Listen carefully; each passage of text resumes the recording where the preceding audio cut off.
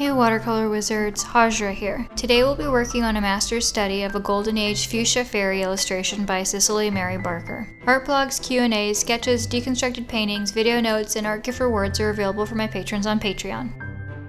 So I took a leisurely amount of time, about an hour, to freehand sketch the drawing and then to ink it. I'm working on a 5x7 inch Fabriano Artistico watercolor paper block, and it's not a huge amount of room, so inaccuracies will shift a shape more, so I have to pay close attention to drafting the proper shapes. Don't rush the pencil or ink drawing for a piece like this. Cicely Mary Barker paid close attention to drafting precision, and so should anyone doing a faithful study of one of her flower fairies. Barker used reference for her art meticulously. The flowers were from real-life samples to make them botanically accurate, and for her fairies she used children from her older sister Dorothy's kindergarten run from their house, as well as young friends and servants. Even the flower costumes and wings were constructed by Barker for the children to pose in, then disassembled and kept in a trunk to make future costumes and wings. So she really was a stickler for accuracy, which is evident in both her figures and flora, rendered realistically within an ink and wash style. With ink and wash, the artist has the option to make either the ink or the colors dominant, something I've discussed in other videos. Her ink lines play second fiddle to her colors, and that's also a style I prefer. I'm of the category of artists who, when they ink, prefer a minimal, tidy ink line. I've dubbed this an ink hem for my own ink and wash pieces because it's just a light and snug border of ink around the watercolors. I only discovered Barker's art last year, but I was drawn to her work because of how her colors take precedence over her ink and the fine drafting for her figures and botanicals, all things that I enjoy myself. So I bought 2 big books with her fairies in them recently, and I knew I had to do a study of one of her pieces on my channel at some point. I'm using a Zig Writer marker, which I like because it has a fine, unobtrusive point on one side and it's light fast and waterproof. I did most of the ink lines with the fine tip side, and then for the skin, face, and hair, which require even finer lines, I used a tiny 20/0 round brush. To keep the color consistent, I scribbled some of the marker onto a porcelain palette from the blunter, larger tip side of this coffee Zig Writer marker, and then dipped into that ink with a wet 20/0 spotter to have some liquid ink for the finest areas. The hot press surface of this Fabriano, like hot press arches, will be very smooth and great for inking and detailed painting.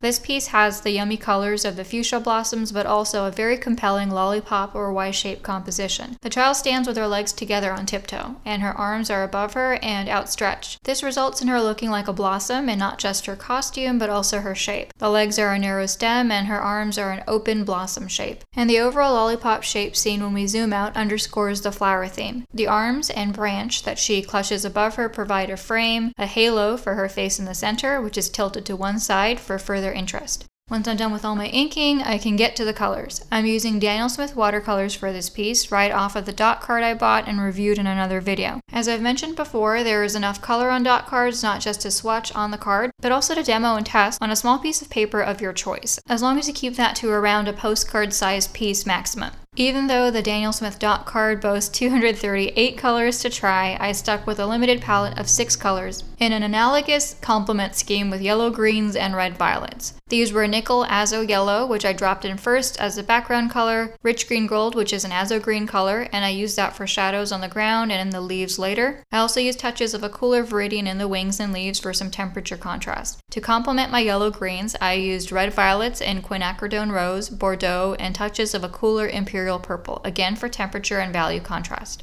I did the flower petals wet and wet to get soft fuzzy folds. Check out my assorted edges video if you don't know what I mean by that. The petal folds on the fairy costume will double as fabric folds here, especially for the tunic top or blouse area. That's actually a lovely versatile thing about wet and wet edges. They work great for fabric or for flowers. If you can do one in watercolor, you can do the other. Fuchsias have petals in various colors, so it was a real treat to do the pinker, larger petals in quin rose and then the darker, smaller petals in bordeaux with purple shadows. Such delightful colors to play with.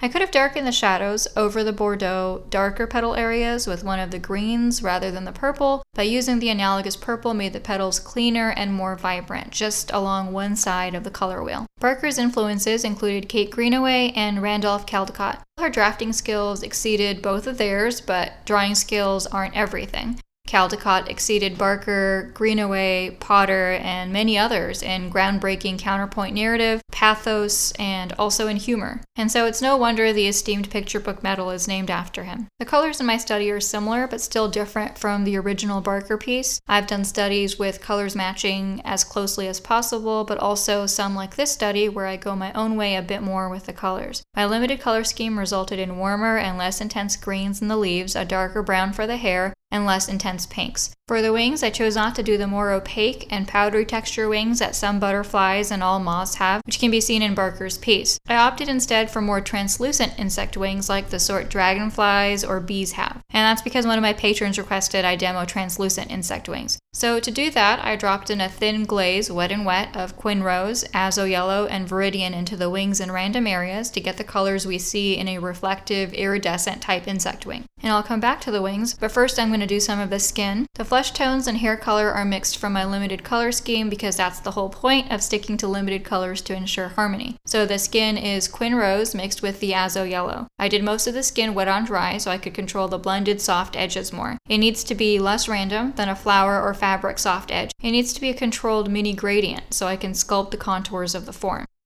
As far as watercolor papers go, Fabriano is a good one and one of the contenders to Arches or Arche watercolor paper. Both papers are mold-made, acid-free, pH neutral, and 100% cotton. And they come in rough, cold, or hot press finishes in sheets, rolls, and blocks, and both are internally and externally sized with gelatin, though Arches uses a natural gelatin and Fabriano uses a synthetic one. Arches is made in a cylinder mold, so it has 4 decal edges in the sheet form instead of the 2 in Fabriano's sheet form, which could be a concern for displaying full sheets. Arches is also air-dried and rinsed in the French River of its origin, which is why it's not made during the muddy water winter months. Fabriano went through a recent production change a year or so ago, and while its producers say the newer paper is the same, it's kind of debated by artists. Many artists noticed a change in Fabriano's texture and quality, and some stopped using it, and I for one don't even know if the paper I have is part of the older or newer batch of Fabriano, though I think it can be checked by a lot number if I really wanted.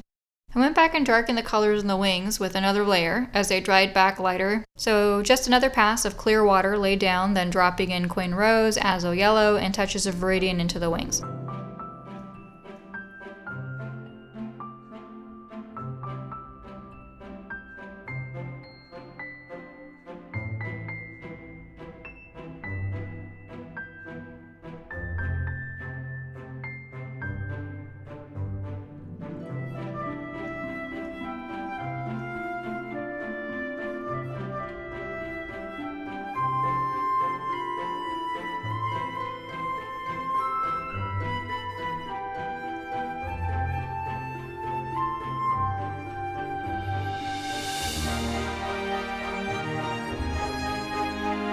And I'm going to go back to the skin as I let the wings dry. The second arm done the same way as the other, and then I moved to the face, which I probably should have done earlier if the petals hadn't distracted me away with their yummy colors.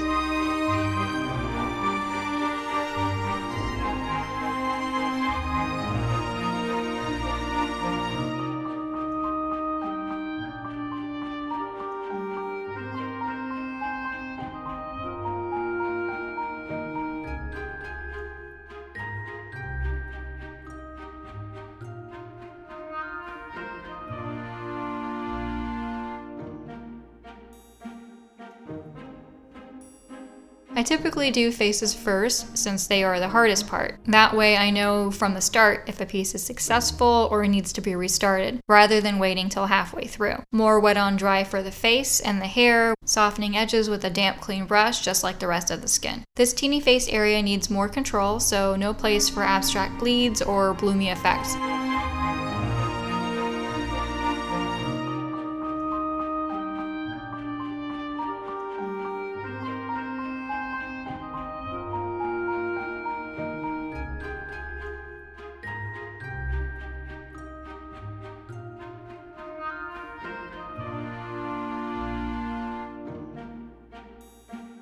The features are so small I did them almost dry brush with some slight damp edge blending.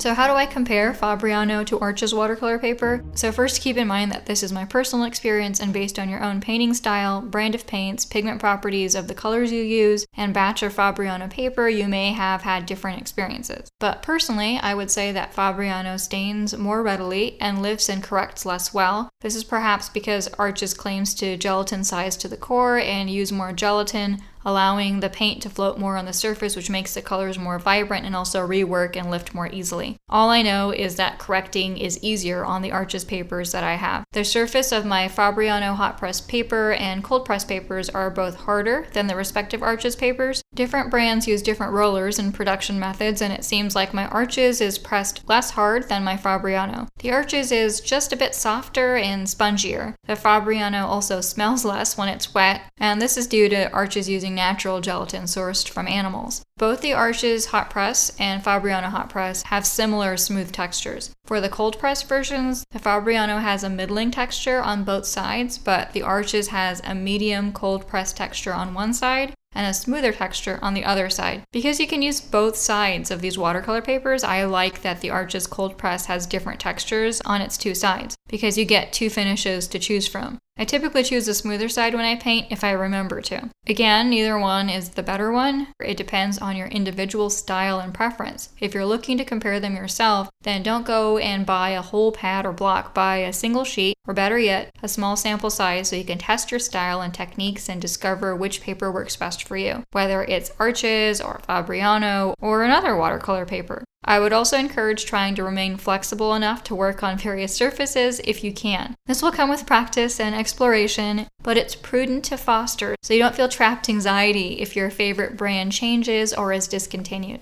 I came back and did the highlights on the wings with a white gel pen, which is the same as using a small brush with white titanium dioxide gouache. All subjects can be painted in various ways, and these wings are no exception. So for the highlights, I could reserve the white areas with removable masking fluid from the start, or permanent wax pencil instead. Or I could have painted the wings in tinier segments for more color and value contrast. In this case, I went with all over multicolor, wet into wet glazing, and then white paint highlights after that dried. It's the fastest of the ways I mentioned, and yet very effective in conveying a translucent insect wing. I moved on to finishing up the remaining flowers and leaves. The leaves I did with the base of azo yellow. Then while that was wet, dropped in some quin rose for warmer rosy areas and touches of viridian for a cooler green contrast and to complement the bit of viridian splash in the wings. You may have noticed that one of the eyes and the nose popped in altered a bit on the face if you were watching closely. The funny thing about faces is that since they require more work, you might not be done when you think you are. In this case, I painted and filmed the face, then took a week off before I returned to this piece, and I saw the face with fresh eyes and didn't like it. The eye and eyebrow on the paper's left side and the nose weren't tilted enough to match the tilt of the head, and that same eye was also a bit off in size. So I went back and scrubbed and lifted the paint and altered that eye and nose a bit. Again, tiny differences make a big impact on the final shapes in a small painting, so doing that made it read more accurately to me.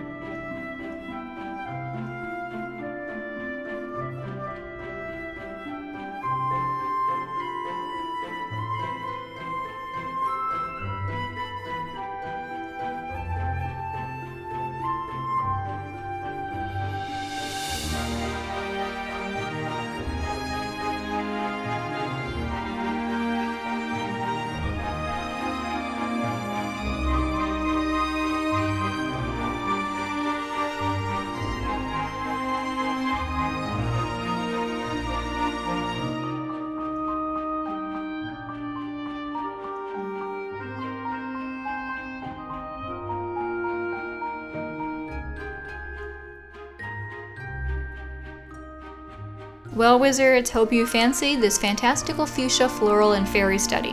Try saying that 5 times fast. Please like, comment, subscribe, and check out my website links and Patreon page to support my art and art channel below. Thanks for parking your brushes here, and wishing you all fantastical ink and wash adventures.